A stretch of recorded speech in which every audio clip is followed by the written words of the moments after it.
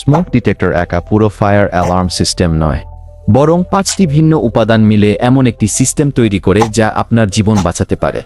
আপনি কি জানেন এই 5টি উপাদান কি নয়, বরং 5টি ভিন্ন উপাদান মিলে এমন একটি ওয়ানে আমরা সিস্টেমের উদ্দেশ্য দেখেছি। EP2 types. আজ আমরা অ্যানাটমি করব, ভিতরে কি ঘটে এবং কেন প্রতিটি অংশ গুরুত্বপূর্ণ।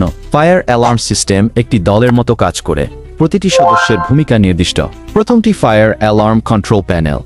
এটি সিস্টেমের মস্তিষ্ক, সব ডিভাইসের সাথে সংযুক্ত এবং এটি সিদ্ধান্ত নেয় কখন অ্যালার্ম বাজাতে হবে।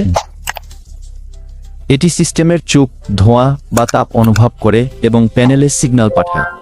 তৃতীয়টি ম্যানুয়াল কল পয়েন্ট। যদি ডিটেক্টর কিছু না ধরে, মানুষ যদি ধরে এই লাল বোতাম চাপুন, অ্যালার্ম তৎক্ষণাৎ বাজবে। চতুর্থটি সাউন্ডার বা হুটার। এটি সিস্টেমের আওয়াজ পুরো বিল্ডিংকে সতর্ক করে। পঞ্চমটি পাওয়ার সাপ্লাই এবং ব্যাটারি ব্যাকআপ। প্রধান পাওয়ার চলে গেলেও সিস্টেম থামে না। ব্যাটারি নিশ্চিত করে যে জরুরি অবস্থায় সিস্টেম সবসময় কার্যকর থাকে।